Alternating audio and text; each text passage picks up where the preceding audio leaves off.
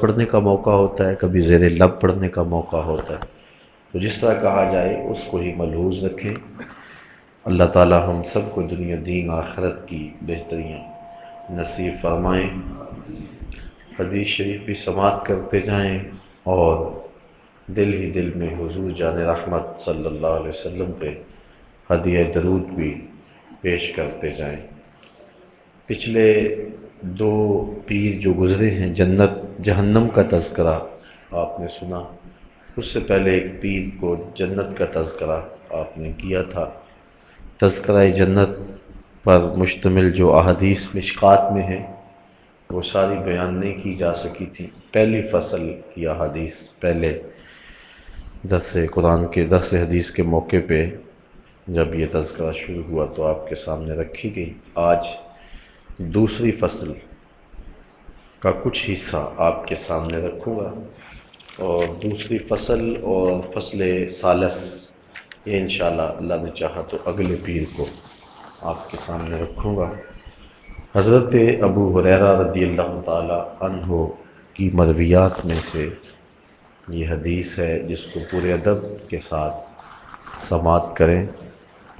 قال قلت یا رسول اللہ صلی اللہ علیہ وسلم مما خلق الخلق قال من الماء قلنا الجنة ما بناؤها قال لبنة من ذهب ولبنة من فضة وملاتها المسك الأزفر وحسباؤها اللؤلؤ والياقوت وتربتها الزعفران من يدخلها ينام ولا يباس ويخلد ولا يموت ولا يبلى ثيابهم ولا يفنى شبابهم۔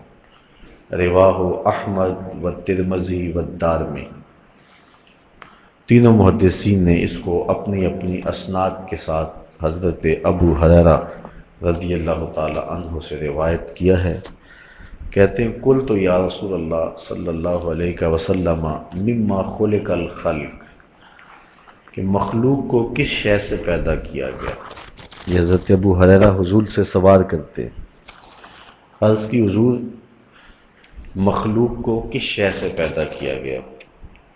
قالا من الماء، تو حضور نے ارشاد فرمایا پانی سے۔ اللہ تعالیٰ نے قرآن مجید میں بھی اس بات کو بیان فرمایا وَجَعَلْنَا مِنَ الْمَاءِ كُلَّ شَيْءٍ حَيٍّ، ہم نے ہر زندہ کی زندگی کا دار و مدار پانی پہ رکھا ہے، ہر ذی روح کو ہم نے پانی سے پیدا کیا ہے۔ آج اس دور کی جدید تحقیق یہاں تک پہنچی ہے کہ ہم نے جو قرآن نے بتایا تو آج موجودہ دور میں انسان نے تحقیق کرتے ہوئے اس بات تک ٹو لگائی ہے کہ ہر ذی روح شے کی تخلیق پانی سے کی گئی ہے، اور کائنات کا آغاز جو ہے وہ پانی سے ہے۔ لیکن 14 صدیاں قبل میرے اور آپ کے آقا و مولا صلی اللہ علیہ وآلہ وسلم کے سینے پہ اترنے والے قرآن میں اس حقیقت کو واشگاف الفاظ میں بیان کر دیا گیا وَجَعَلْنَا مِنَ الْمَاءِ كُلَّ شَيْءٍ حَيٍّ، ہم نے ہر زندہ کو پانی سے ہی پیدا کیا ہے۔ یہ ایک شخص نے تحقیق کی ہے کہ یہ جو شہد ہوتا ہے، اس شہد کا رنگ کوئی بھی ہو، لیکن اس کو اگر دیکھا جائے تو اس رنگ میں آگے کئی رنگ ہوتے ہیں۔ اس نے تقریباً 20-25 سال کی محنت سے اس نتیجے پر وہ پہنچا ہے کہ شہد کا ایک رنگ نہیں بلکہ شہد کے کئی رنگ ہیں۔ بڑا خوش ہوا کہ مجھے یہ ایک بہت بڑا نقطہ مل گیا ہے۔ اچھا، اس نے اپنی اس معلومات کو، اپنی اس تحقیق کو، اپنے تفحص کو، حاصل مطالعہ کو، تجربات کے نچوڑ کو اپنے دوستوں کے سامنے رکھا۔ اس کے دوستوں کی فہرست میں ایک مسلمان بھی تھا، تو جب نے اس کے سامنے یہ بات رکھی تو اس نے کہا کہ قرآن مجید میں یہ بات موجود ہے کہ ہم نے مکھیوں کے پیٹ سے سیال مادہ نکالا ہے جس کے مختلف رنگ ہیں۔ تو وہ حیرت زدہ ہو گیا، کہا لاؤ دیکھا تو قرآن مجید میں وہ لکھا ہوا تھا۔ تو پھر وہ کہتا ہے میں 25-30 سال کی محنت سے جس نتیجے تک پہنچا ہوں اور جدید تحقیقات کی روشنی میں اور موجودہ دور کی جدید لیبارٹریاں میرے پاس موجود ہیں، اور پھر میں نے یہ نتیجہ نکالا ہے آج سے 14 صدیاں قبل ایک عرب کے دیہات میں رہنے والے شخص کو کس نے بتایا، تو اس کو ماننا پڑا کہ محمد عربی صلی اللہ علیہ وسلم اللہ کے سچے رسول ہیں۔ تو حضور علیہ الصلاۃ والسلام نے جو احکام ہمیں بتائے، جو چیزیں بتائیں، آج بڑی دیر گزرنے کے بعد سائنس وہاں تک پہنچ رہی ہے۔ کاش کہ مسلمان ان بنیادوں پر کام کرتے اور دنیا سے بہت آگے چلے جاتے۔ تو بہرحال حضرت ابو ہریرہ کہتے ہیں میں نے پوچھا مما خلق الخلق، مخلوق کو کس شے سے پیدا کیا گیا؟ اب میں اس حدیث کی روشنی میں ایک اور بات کہنا چاہوں گا۔ ایک تو یہ اختلاف ہے کہ لوگ کہتے ہیں کہ نبی کے پاس علم جو ہے وہ غیب کا تھا یا نہیں۔ ایک تو یہ امت میں اختلاف پایا جاتا ہے، اور اس عنوان سے آپ علماء سے گفتگو سنتے ہی رہتے ہیں۔ ہمارا عقیدہ تو واضح ہے، صاف ہے، کہ جب سب سے بڑا غیب اللہ کی ذات، اس نے بھی نقاب اٹھا دیا تو کوئی اور غیب تو پیچھے رہ ہی نہیں گیا۔ لیکن ایک اور اختلاف ہے امت کے اندر، اور یہ بد نصیبی ہے۔ لوگ کہتے ہیں کہ حضور کو تشریعی علوم کا علم تھا، تکوینی علوم سے ناآشنائی تھی، یہ بات کہی جاتی۔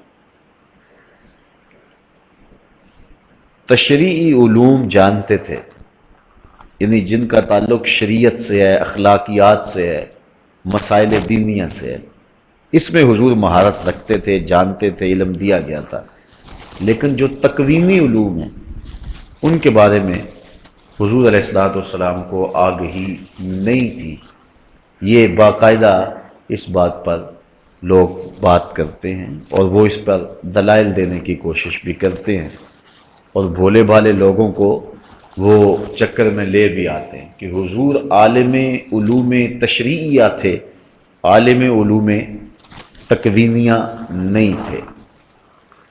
میں صرف اتنی بات کہوں گا کہ مخلوقات کو کس شے سے پیدا کیا گیا، اس کا تعلق علوم تشریعیہ سے ہے یا علوم تکوینیہ سے ہے؟ تو ایک بچہ بھی جانتا ہے کہ اس کا تعلق علوم تشریعیہ سے نہیں ہے، علوم تکوینیہ سے ہے۔ اور حضرت ابو ہریرہ حضور سے علوم تکوینیہ کا سوال کر رہے ہیں۔ آپ یہاں ہر پیر کو آتے ہیں، کبھی کبھی سوال و جواب کی نشست بھی ہو جاتی ہے، کوئی ساتھی سوال بھی پوچھ لیتا ہے، تو میرے سے میرے ماننے والے، محبت کرنے والے وہی سوال پوچھتے ہیں جو میرے متعلق ہوتا ہے۔ کبھی کسی طالب علم نے، کسی شخص نے مجھے کیمسٹری اور بیالوجی کا کوئی مسئلہ اور الجبرے کا کوئی کلیہ نہیں پوچھا ہے، اس لیے کہ وہ جانتے ہیں کہ اس شخص کی معلومات جو ہیں وہ تشریعی علوم تک ہیں، اور یہ جو علوم ہیں یہ شخص اس کے بارے میں معلومات نہیں رکھتا ہے، اس لیے کبھی آپ نے مجھ سے یہ سوال نہیں کیا۔ اور اگر آپ میں سے کوئی مجھے اٹھ کر کے پوچھ لے کہ پانی کا کلیہ کیا ہے، تو پھر یا تو ہم کہیں گے کہ یہ جانتا نہیں ہے، یا پھر اس کو یہ خیال ہے کہ یہ شخص جو ہے وہ یہ معلومات بھی رکھتا ہے۔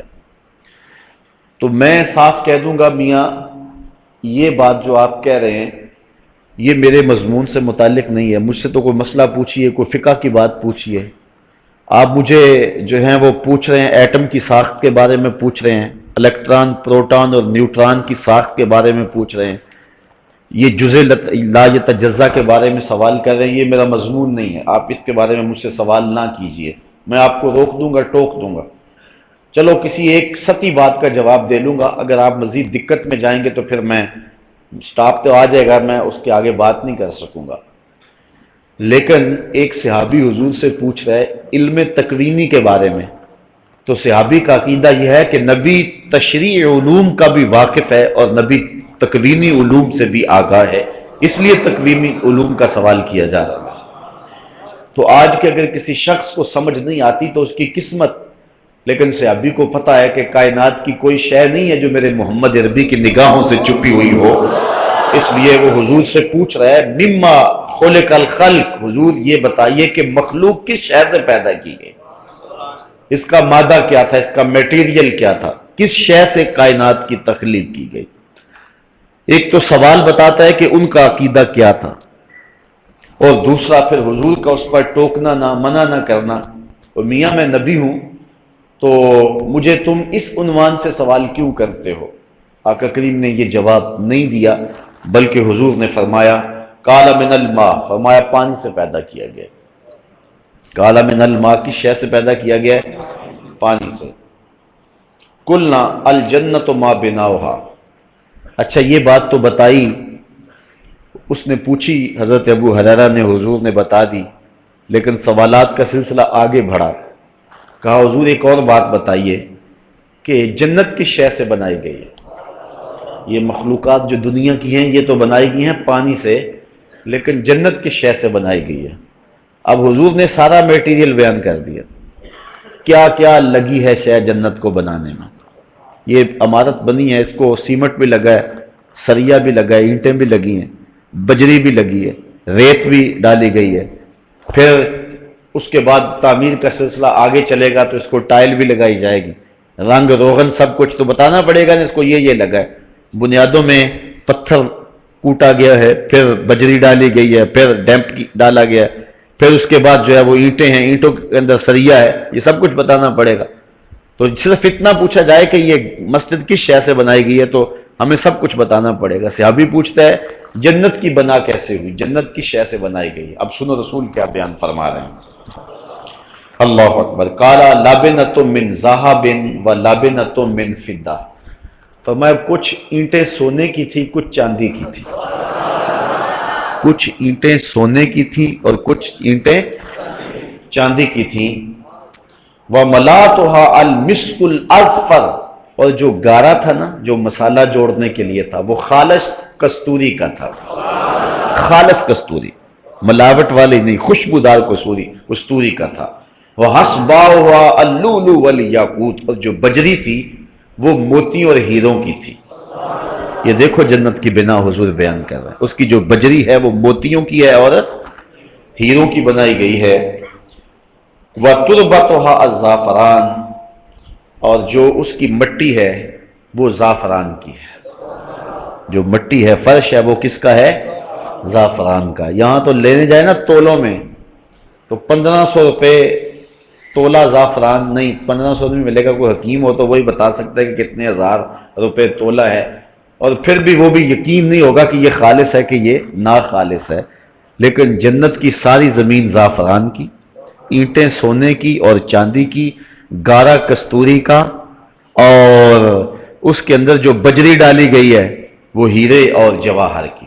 اللہ اکبر۔ یہ دیکھیے جنت کی بنا حضور بیان فرما رہے ہیں۔ آگے فرمایا یدخلها من یدخلها ینعم ولا یباس، جو داخل ہوگا پھر وہ جنت کی نعمتیں پائے گا اور کبھی بھی وہاں بوڑھا نہیں ہوگا۔ وَيَخْلُدْ، اور ہمیشہ رہے گا۔ وَلَا يَمُوتُ، تو کبھی موت نہیں آئے گی۔ وَلَا يُبْلَى ثِيَابُهُمْ، کپڑے پرانے نہیں ہوں گے۔ وَلَا يُفْنَى شَبَابُهُمْ، جوانی ڈھلے گی نہیں، جوانی بھی قائم رہے گی، کپڑے بھی پرانے نہیں ہوں گے، بڑھاپا بھی نہیں آئے گا، موت بھی نہیں آئے گی، اور جنت سے نکالا بھی نہیں جائے گا۔ یہ کس شخص کو ملے گا؟ جو حضور کی نوکری کرے گا، جو حضور کی غلامی میں جیے گا، حضور کی غلامی میں مرے گا۔ یہاں تو کسی کی 2 کنال کی کوٹھی ہو نا تو وہ بہانے بتاتا پھرتا ہے کہ میں یار بڑے پیسے لگ گئے۔ کیا ہوا ہے؟ وہ یار 2 کنال کی کوٹھی شروع کر بیٹھا تھا، 3 کروڑ روپیہ لگ گیا۔ ایک بندے نے 11 کنال کی کوٹھی شروع کی، ابھی مکمل نہیں ہوئی ہے، وہ 6 مرتبہ مجھے بتا چکا ہے کہ اتنے پیسے لگ گئے ہیں، بس جو ہے وہ ابھی مکمل ہی نہیں ہو رہی۔ تو جس کے پاس 11 کنال کی کوٹھی ہو وہ تو پھولے نہیں سماتا کہ میرے پاس 11 کنال کی کوٹھی ہے، 10 کنال کی کوٹھی ہے، 1 ایکڑ کی کوٹھی ہے، 2 ایکڑ کی ہے، لیکن جنت کے محل یہ تو اینٹوں سے ہے نا، اور وہ بھی بڑا امیر بھی ہو لیکن جو بنیادوں میں اینٹیں لگاتا ہے وہ کھنگر ہی لگاتا ہے، وہ اول اینٹ بنیادوں میں نہیں لگاتا، لیکن اللہ نے جنت میں جو محل بنایا ہے اس کی بنیادوں میں بجری نہیں ہیرے بھرے ہیں اور موتی بھرے ہیں۔ اللہ اکبر۔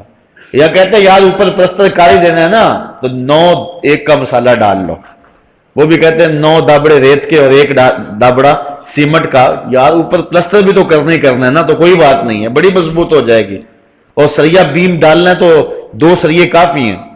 لیکن وہاں دیکھو کہ جو مسالہ ہے وہ کس چیز کا ہے؟ کستوری کا، اور کستوری بھی ملاوٹ والی نہیں ہے۔ ذرا دیکھو حدیث کے لفظ، وَمَلَاتُهَا الْمِسْكُ الْأَزْفَرُ، حضور فرماتے ہیں کہ کستوری لگی ہوئی ہے اس کے مسالے میں، اس کے گارے میں کستوری لگی ہوئی ہے، اور فرمایا وہ بھی ناخالص نہیں ہے، وہ بھی خالص لگائی گئی ہے۔ خوشبودار کستوری سے وہ محل تعمیر کیے گئے ہیں جس کی بنیادوں کے اندر ہیرے اور جواہر ڈالے گئے ہیں، موتی اور یاقوت ڈالے گئے ہیں، لال اور پکھراج ڈالے گئے ہیں۔ اللہ اکبر۔ اور اس کی اینٹیں سونے کی ہیں اور چاندی کی ہیں، اور اس طرح جنت کے محل تعمیر کیے گئے ہیں۔ اور پھر جو اس محل میں جائے گا نہ مرے گا، نہ بوڑھا ہوگا، نہ کپڑے پرانے ہوں گے، نہ گرد اڑے گی، نہ لباس پھٹے گا، اور نہ ہی وہاں سے وہ نکالا جائے گا۔ اللہ حضور کے صدقے ہمیں جنت کی بہاریں عطا فرمائے۔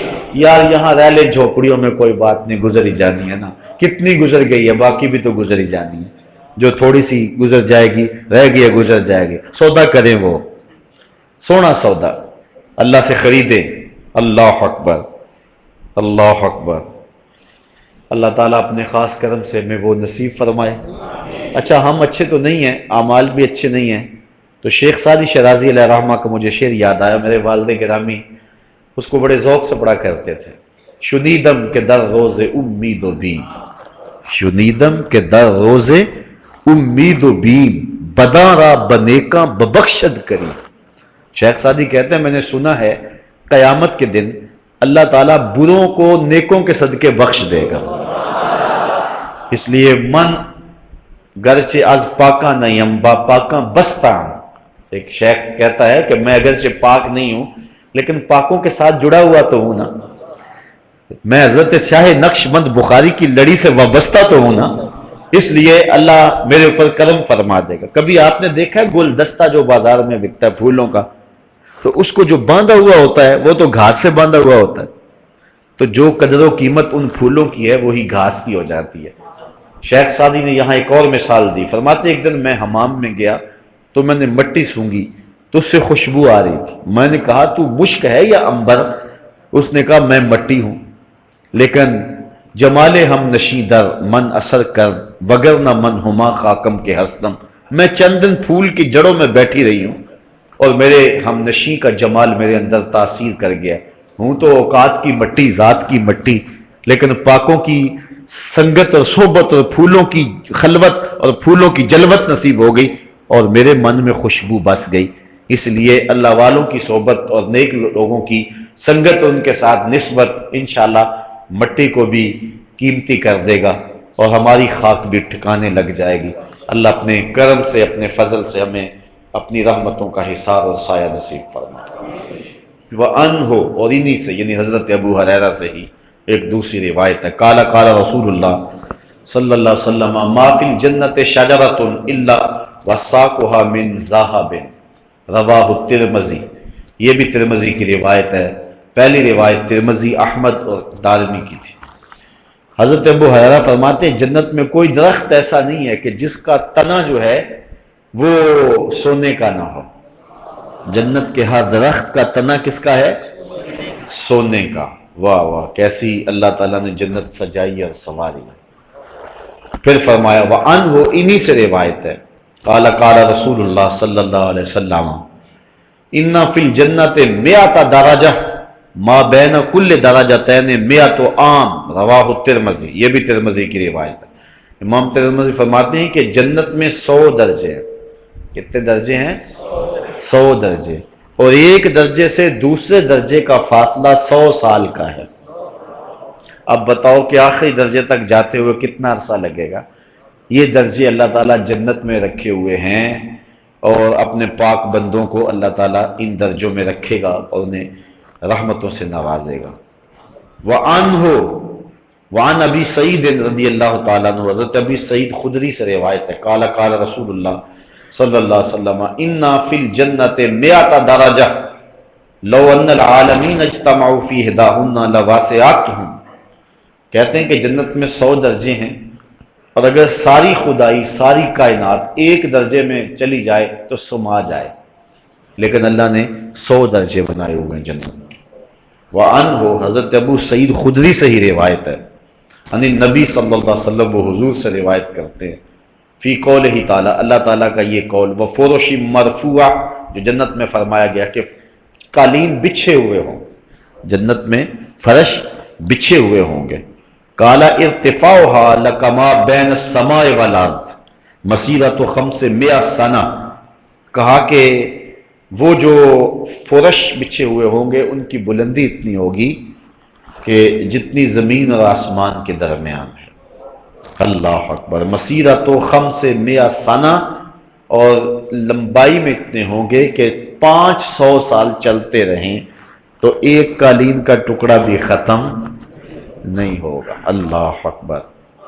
وعنہ، انہی سے روایت ہے، اور یہ روایت بڑی خوبصورت، قال قال رسول اللہ صلی اللہ علیہ وسلم ان اول زمرۃ يدخلون الجنہ یوم القیامہ ضوء وجوہہم علی مثل ضوء القمر لیلۃ البدر، حضور فرمایا جنت میں پہلا گروہ جو جائے گا ان کے چہرے ایسے چمک رہے ہوں گے جس طرح 14ویں کا چاند چمکتا۔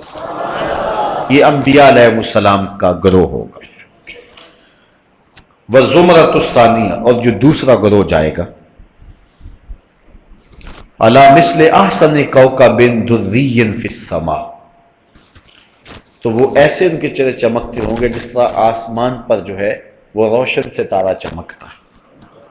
لکل رجل منہم زوجتان، اور ہر شخص کی مخصوص 2 بیویاں ہوں گی، ویسے تو 70 حوریں بھی دی جائیں گی دنیا پر جو اس کی ازواج ہیں، اگر اعمال صالح ہوئے ان کے تو ایمان کے ساتھ اس دنیا سے چلی گئی تو وہ بھی جنت میں جائیں گی، لیکن اس کے علاوہ مخصوص 2 بیویاں اس کو عطا کی جائیں گی۔ علی کل زوجۃ 70 حلہ، ہر زوجہ نے 70 لباس پہنے ہوئے ہوں گے۔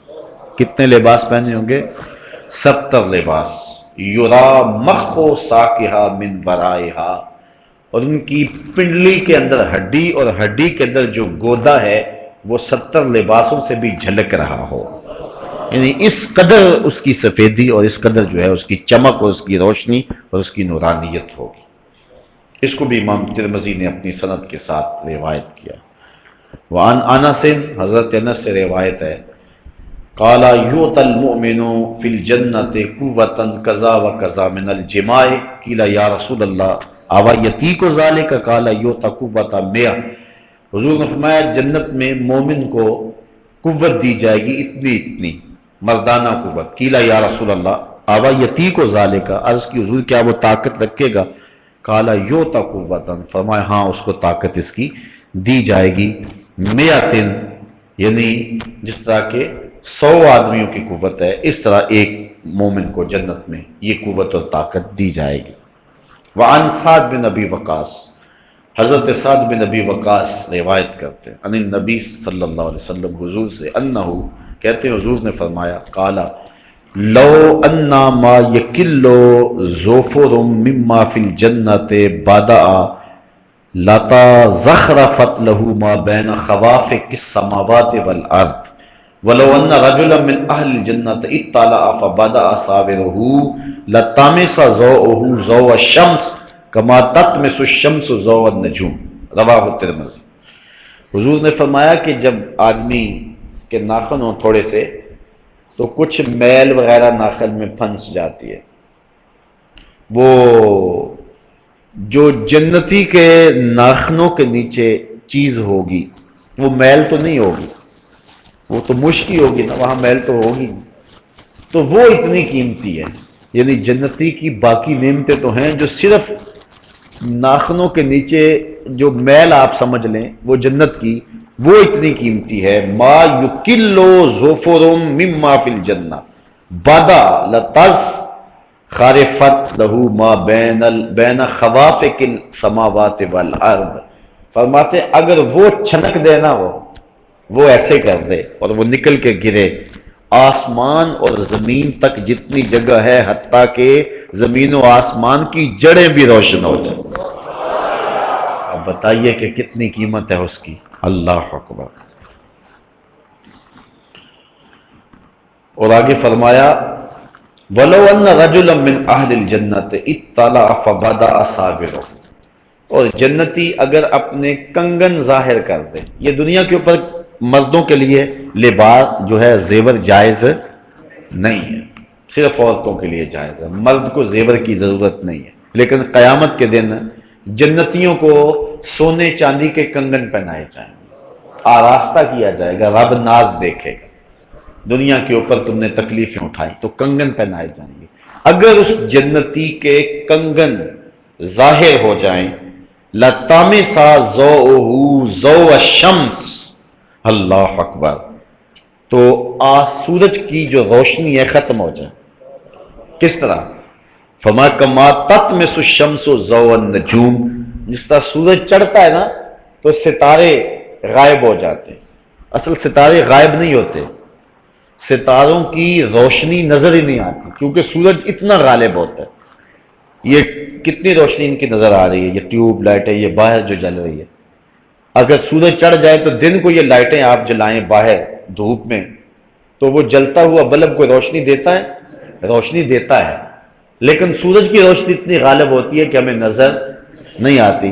وہ زیرو کے بلب جتنا بھی چمکتا ہوا نظر نہیں آتا کیونکہ غالب ہوتا ہے سورج. اسی طرح آسمان پہ ستارے ہوتے ہیں، لیکن جب سورج چمک جاتا ہے تو وہ ستارے نظر نہیں آتے ہیں. جس طرح سورج چمکے تو ستارے نظر نہیں آتے، تو حضور نے فرمایا اگر جنتی کا کنگن ظاہر ہو جائے تو سورج بھی نظر نہ آئے، اتنی روشنی پھیل جائے، اتنا اجالا ہو جائے. اللہ اکبر کبیرہ. وعن ابی ہریرہ قال قال رسول اللہ صلی اللہ علیہ وسلم. حضرت ابو ہریرہ سے روایت ہے، یہ بھی امام ترمذی اور سنن دارمی نے روایت کیا. حضور نے ارشاد فرمایا اہل الجنت جرد مرد کہلا لا یفن شبابہم ولا یبلا ثیابہم.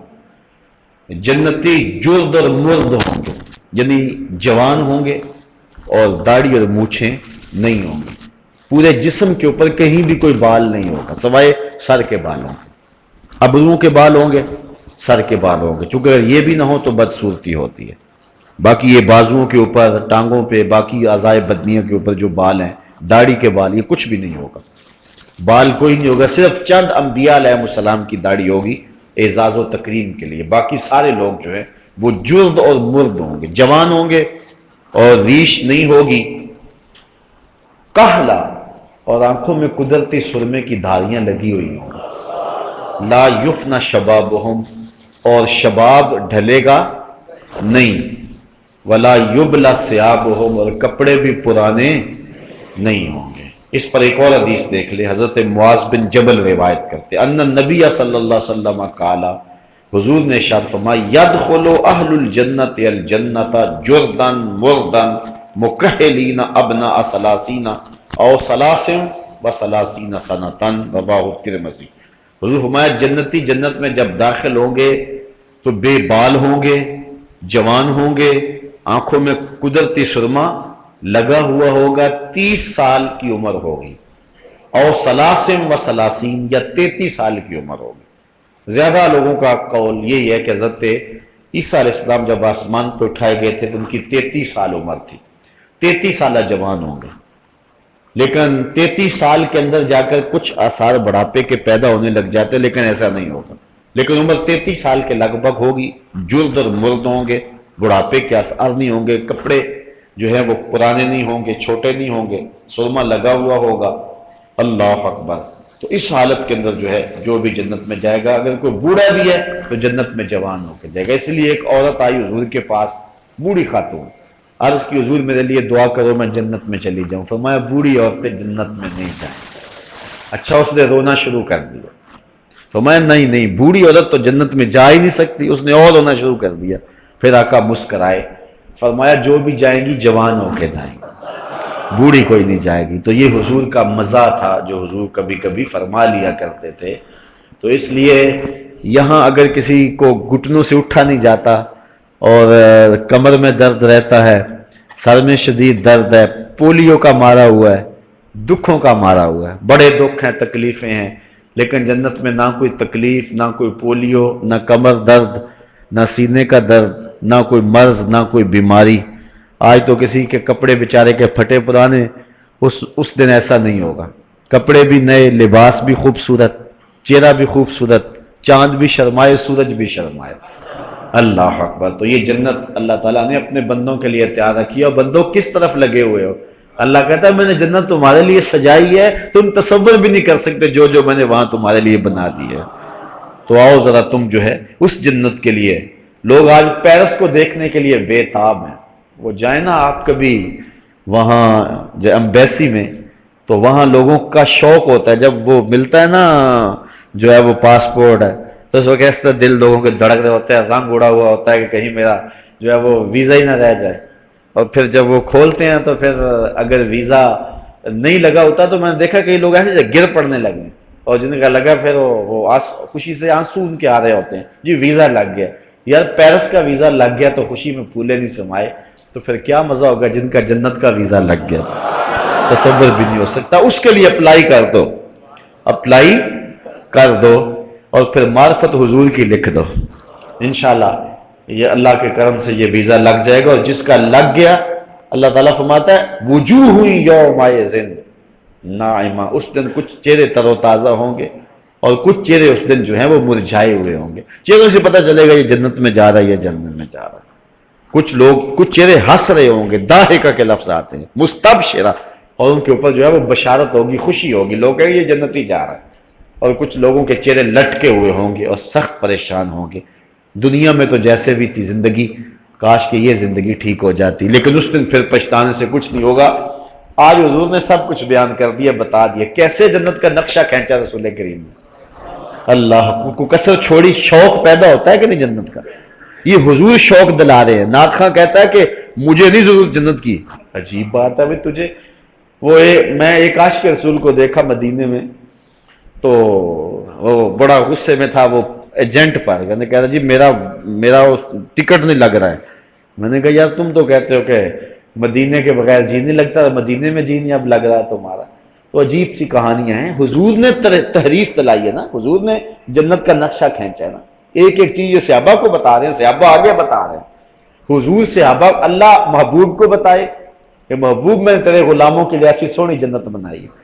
محبوب آگے اپنے غلاموں کو بتائیں، غلاموں آئے ہیں دکھ تمہیں، بدر میں تکلیفیں سہی ہیں تم نے، احد میں تم نے تکلیفیں سہی ہیں، لیکن حوصلہ رکھو، تمہارے لیے رب نے بڑا کچھ بنایا ہوا ہے۔ اور پھر صحابہ آگے تابعین کو بتائیں، تابعین آگے تبع تابعین کو بتائیں، وہ آگے پھر بتائیں، وہ آگے بتائیں، وہ آگے بتائیں۔ اچھا اب آگے کہتے ہیں ہمیں لوڑ ہی کوئی نہیں جنت کی۔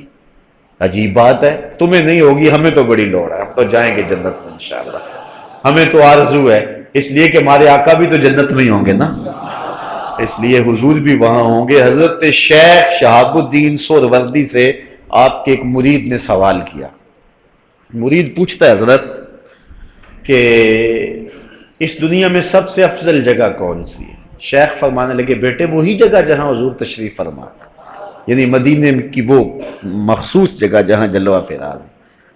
تو کہا پھر ہم جنت کی آرزو کیوں کرتے ہیں؟ ہم جنت کی آرزو کیوں کرتے ہیں؟ شیخ نے نہیں کہا کب ہم کرتے ہیں، اساں جنت کی کرنی ہے، شیخ نے نہیں کہا۔ کہنے لگا بیٹا جب حضور یہاں ہیں دنیا پہ تو یہ جگہ افضل ہے، جب جنت میں جائیں گے تو جنت افضل ہوگی، اس لیے تو ہم جو ہے وہ حضور کے پیچھے پیچھے ہیں، جدھر جدھر حضور ہوں گے ہم بھی حضور کے پیچھے پیچھے ہیں۔ تو اس لیے یہ ہماری آرزو ہے، اور یہ دعا مانگا کرو کہ اللہ جنت عطا فرمائے۔ جو کہتا ہے کہ مجھے لوڑ نہیں، مرضی اس کی، لیکن ہمیں جنت چاہیے، چونکہ اس جنت کی تحریث ہمیں حضور نے دلوائی ہے، جنت کی تحریث ہمیں حضور نے دی ہے۔ اب حضرت اسماء بنت ابی بکر رضی اللہ تعالی عنہا، حضرت ابوبکر صدیق رضی اللہ تعالیٰ عنہ کی صاحبزادی نے بھی حدیث بیان فرمائی ہے، ذرا وہ بھی سنیں، چونکہ آج کل حضرت ابوبکر صدیق کے ایام چل رہے ہیں، لہذا کیسا گھر تھا، گھر کی بیٹیاں بھی حضور کی حدیثیں بیان فرماتی ہیں۔ حضرت اسماء رضی اللہ تعالی عنہ بنت ابی بکر قالت فرماتی ہیں سمیت رسول اللہ، کہتی ہیں میں نے بھی حضور سے سنا ہے، کیونکہ حضور ان کے گھر آیا کرتے تھے، اور پھر ان کی سکی ہمشیرہ حضرت عائشہ رضی اللہ تعالیٰ عنہ، یہ حضور علیہ السلام کی زوجہ محترم تھی اور یہ ادھر بھی جایا کرتی تھیں۔ پھر مدینے کی عورتوں نے عرض بھی کیا تھا حضور سے، عرض کیا حضور ساری موجیں مرد ہی اڑا رہے ہیں، ایک دن ہمارا بھی مقرر کر دے، ہمیں بھی کچھ عطا فرمایا کر۔ پھر حضور نے ہفتے میں ایک دن خواتین کے لیے مقرر فرمایا تھا، کسی مقام پہ عورتیں جمع ہوتی تھی اور حضور جا کے انہیں ارشادات فرمایا کرتے تھے، اس لیے صحابیات نے ڈائریکٹ حضور سے سنا ہے۔ حضرت اسماء رضی اللہ تعالیٰ عنہ فرماتی ہیں سمیت رسول اللہ صلی اللہ علیہ وسلم، میں نے حضور سے سنا، وَذُكِرَ لَهُ سِدْرَةُ الْمُنْتَهَا، حضور کے سامنے سدرۃ المنتہا کا ذکر کیا گیا، سدرۃ المنتہا کا ذکر کیا گیا۔ قَالَ يَسِيرُ الرَّاكِبُ فِي ظِلِّ الْفَنَنِ مِنْهَا مِئَةَ سَنَةٍ، تو حضور نے ارشاد فرمایا سدرہ ایسی ہے کہ جس پر 100 سال اگر کوئی سوار چلتا رہے تو ختم نہ ہو۔ وَيَسْتَظِلُّ بِظِلِّهَا مِئَةُ رَاكِبٍ، یا حضور نے یہ فرمایا کہ اس کے سائے میں 100 سوار جو ہیں وہ بیٹھ جائیں تو اس کا سایہ ان کے لیے کافی ہو۔ شک کا راوی فیا، راوی کو شک ہوا ہے کہ حضور نے وہ کہا تھا یا یہ کہا تھا۔ فیہا فراش الذہب کأنّا تمرہا الکلال، اس میں جو ہے وہ چمکدار پتنگے ہیں، فراش کہتے ہیں یہ جو شمع کے گرد نہیں ہوتے وہ پتنگے ستنگے، وہ کیا کہتے ہیں اسے، پروانے، تو فرمایا کہ اس کے اوپر جو ہے وہ چمکدار جیسا سونا چمکتا ہے اس طرح کے پروانے، اور وہ پروانے کون سے ہیں؟ فرشتے، وہ اللہ کے نوری فرشتے جن کے پر سونے کی طرح چمکتے ہیں۔ جس طرح شمع کے گرد پروانے ہوتے ہیں، سدرہ کے درختوں کے ساتھ وہ فرشتے لٹکے ہوئے ہیں۔ اللہ اکبر۔ کأنّا ثمرہا الکلال، اور فرمایا کہ اس کا پھل ایسا جس طرح مٹکے ہوتے ہیں، جس طرح مٹکے ہوتے ہیں، اور مٹکوں کے اندر ایسا ہے پھل میں جس طرح مکھن نہیں بھرا ہوا ہوتا، ان مٹنوں کے اندر وہ جو ہے وہ گودا بھرا ہوا ہے۔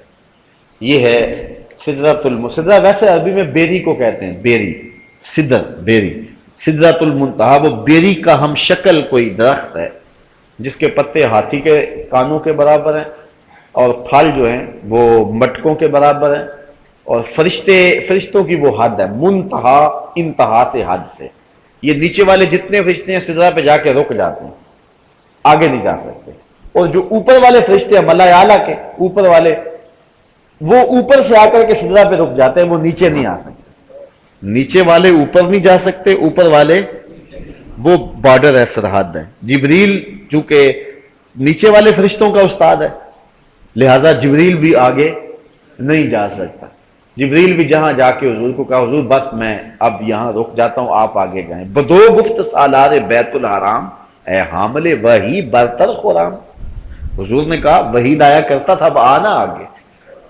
جو در دوستی مخلصم یافتی، انانم سے صحبت چرا تافتی، مجھے تو نے مخلص پایا، میں نے نبیوں کی امامت کروائی ہے، تیرا ہاتھ پھر بھی نہیں چھوڑا، تو اب تم میرا ساتھ کیوں چھوڑ رہے ہو؟ عرض کی اگر یکسر منہ برتر پرم فروغ تجلا بسوزت پرم لو دنو تو خط وطن لا ترک، تو اگر میں ایک بال بھی آگے بڑھوں تو جل کے راکھ ہو جاتا ہوں۔ جبریل بھی رک گئے، نور بشر دا جھگڑا چلیا تے سدرہ تے جا کے گل مک گئی، کوئی فلک تے رہ یار گیا، کوئی جا سدرہ تے ہار گیا، ایک کالیاں زلفاں والا سی جڑا عرش تو بھی لنگ پار گیا۔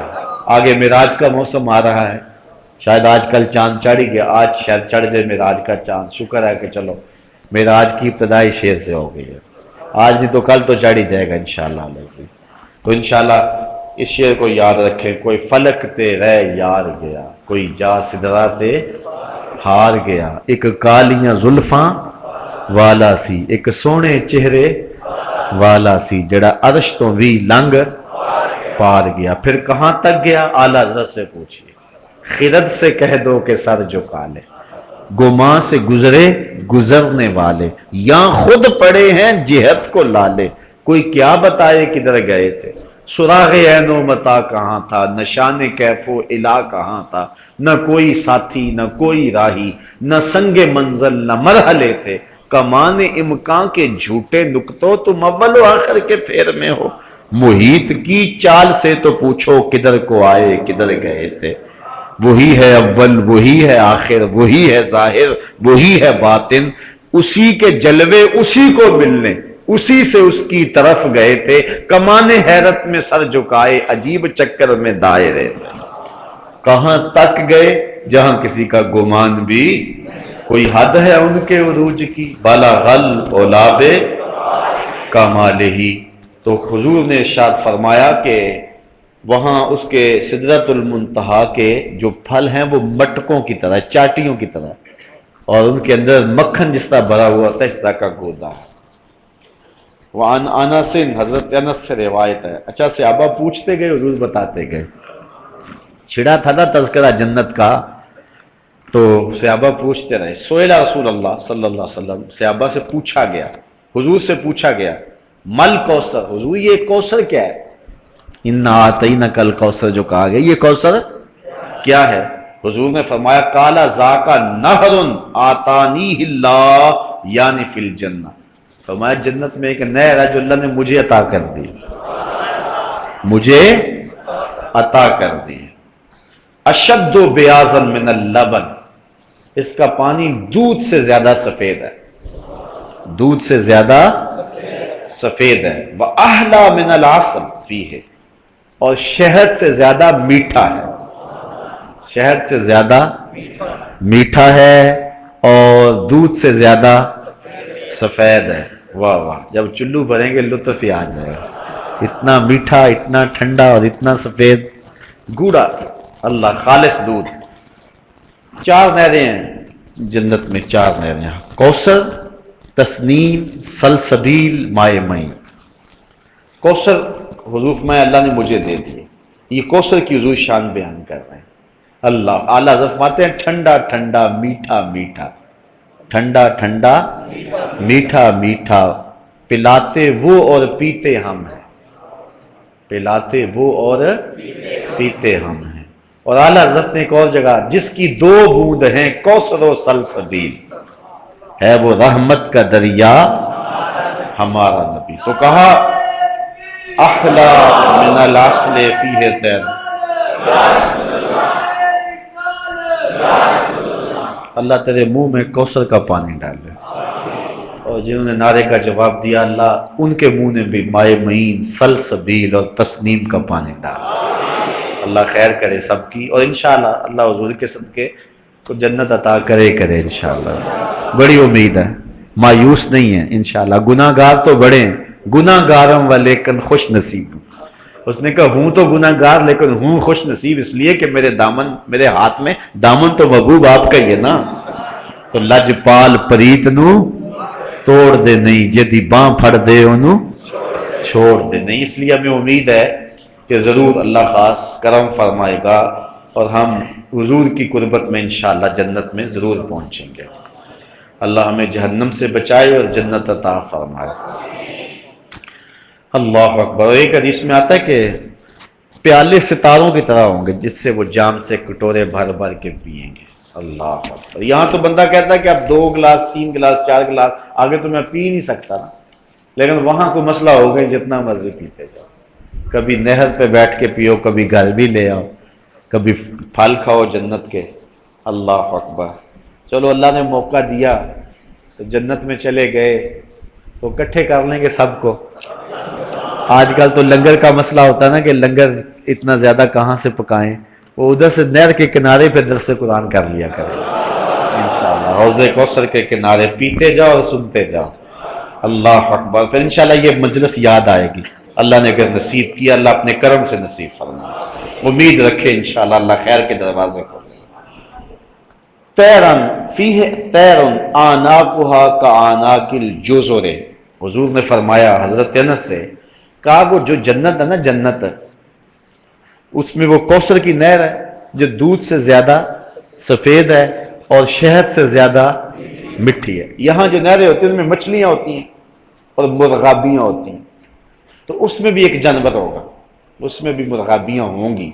وہ کیسی ہوں گی؟ سنو حضور نے، کآناک الجزر، جس طرح اونٹ کی گردن ہوتی ہے اس طرح ہوں گی، شکل بڑی خوبصورت، اور اس طرح کے شتر مرغ ہوں گے۔ اچھا، قال یا رسول اللہ، قال عمران، حضرت عمران نے کہا، ھذہ لناعمۃ، قال رسول اللہ صلی اللہ علیہ وسلم اکلتھا انعم منھا، عرض کی حضور پھر تو مزہ ہی آ جائے گا۔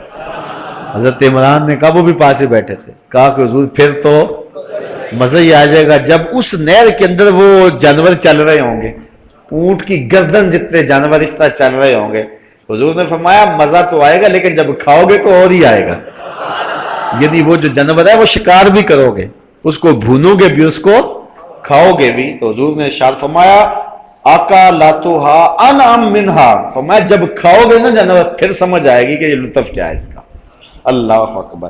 مجھے ذرا تصور میں مجلس نبوی لاؤ نا، جب حضور بیان کر رہے ہوں گے اور صحابہ سن رہے ہوں گے اور یوں مکالمہ ہو رہا ہوگا، صحابہ پوچھ رہے ہوں گے، حضور بتا رہے ہوں گے۔ اللہ اکبر۔ اب اس پر ایک اور روایت حضرت بریدہ رضی اللہ تعالی عنہ سے سنیے، وقت زیادہ ہو گیا۔ ان رجلا قال یا رسول اللہ هل فی الجنت من خیل، اچھا عرب لوگ گھوڑوں سے بڑا پیار کرتے تھے۔ ایک صحابی نے عرض کی حضرت بریدہ نے کہ کہتے ہیں ایک شخص نے عرض کی، یا رسول اللہ جنت میں گھوڑے بھی ہوں گے؟ جنت میں گھوڑے بھی ہوں گے؟ قال ان اللہ ادخلک الجنہ فلا تشاء ان تحمل فیها علی فرس من یاقوتۃ حمراء یطیر بک فی الجنہ، کہ اللہ نے چاہا تو جنت میں گیا نا تو سرخ یاقوت کا بنا ہوا گھوڑا تجھے ملے گا جس پر بیٹھ کے تو جنت میں اڑے گا بھی، صرف دوڑے گا نہیں، وہ فضا میں پرواز بھی کرے گا۔ ایسو شیتا الا فعلتا، جہاں تو چاہے گا تو فرمایا وہ تجھے وہاں لے بھی جائے گا۔ وَسَأَلَهُ رَجُلًا، اچھا ایک آدمی اور اٹھ کے کھڑا ہو گیا، اس نے گھوڑے کی بات کی تو مجلس میں سے ایک آدمی اور اٹھ کے کھڑا ہو گیا۔ فقال یا رسول اللہ هل فی الجنت من ابل، حضور جنت میں اونٹ بھی ہوں گے؟ عرب اونٹ سے بڑا پیار کرتے تھے، اونٹ بھی ہوں گے؟ گھوڑے والے کی تو بات حضور نے بتا دی، اونٹ والے نے پوچھا اونٹ بھی ہوں گے؟ حضور نے ارشاد فرمایا، سنو، قال فلم یکن لہ ما قال لصاحبہ، اللہ اکبر، فلم یکن لہ ما قال لصاحبہ، جو گھوڑے والے کو حضور نے کہا نا وہ اونٹ والے کو نہیں کہا، حضور نے وہی جواب اس کو نہیں دیا، بلکہ کیا کہا؟ فقال ان یدخلک اللہ الجنہ، اگر اللہ تجھے جنت میں داخل کرے، یکن لک فیہا مشتہت نفسک ولذت عینک، حضور نے صرف یہ نہیں کہا کہ تیرے لیے وہاں جو ہے وہ اونٹ ہوگا، کہا اگر تو جنت میں گیا نا اونٹ کیا جو بھی چاہے گا ہوگا، جو بھی، اگر خان صاحب کا پروگرام بنانا کہ پہرا دینا یہاں تو وہاں فرمایا جائے گا چل ان محلوں کا تو پہرا بھی دے لے، پہرے کی بھی ڈیوٹی لگا ہی دی جائے گی، جو چاہے گا اللہ تعالیٰ وہ پورا فرمائے گا۔ اور اگر ان کا یہ جی چاہا کہ کوئی درس قرآن ہی ہو جائے اور میرے ہاتھوں میں چٹے ہوں تو میں ایک ایک دروازے کو کھٹکھٹاؤں تو پھر اللہ یہ آرزو بھی ان کی پوری کر دے گا انشاءاللہ۔ اللہ نے چاہا تو جنت میں گئے تو انشاءاللہ، ہماری آرزو تو یہی ہونی ہے نا، ہماری تمنا تو یہی ہونی ہے۔ اس بات میں ایک اور روایت سن لیجئے، وعن ابو ایوب، حضرت ابو ایوب انصاری روایت کرتے ہیں، اتن نبی صلی اللہ علیہ وسلم عربی، ایک دیہاتی حضور کے پاس آیا، فقال یا رسول اللہ، کہنے لگا، اچھا دیہاتی حضور کے پاس آتے تھے نا بڑے بے تکلف ہوتے تھے، جو شہری صحابی تھے وہ ہر وقت چونکہ حضور کے پاس رہتے تھے آداب نبوت جانتے ہوتے تھے، جو دیہاتی آتے ہوتے تھے بس وہ سیدھی سیدھی بات کرتے تھے، آقا کریم علیہ الصلوۃ والسلام ان کی باتوں سے بڑے معزوز ہوتے۔ صحابی فرماتے کبھی کبھی کوئی دیہاتی آتا نا تو حضور کو پکڑ کر نا یہاں کپڑے سے تو کھینچتا اور کھینچ کے پوچھتا، یہاں تک کہ حضور کا کندھا نظر آتا، ہمیں اس پہ غصہ تو بڑا آتا اس نے کیا کیا ہے، ساتھ خوش بھی ہوتے چلو حضور کا کندھا تو دیکھ لیا نا، حضور کے کندھے کی بغلوں کی زیارت تو کر ہی لی ہے، اس کے اس انداز سے، اس کے بھولے پن سے ہمارا بھی تو کام بن ہی گیا نا۔